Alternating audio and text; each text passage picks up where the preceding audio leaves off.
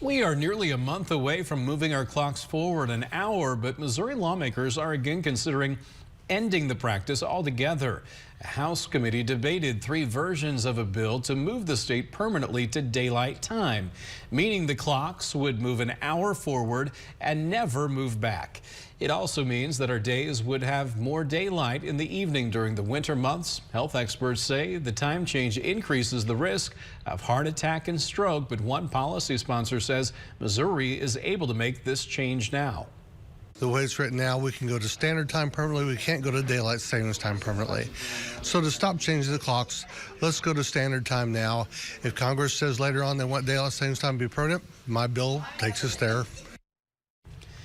And those against the policy say they want that extra daylight in the morning instead.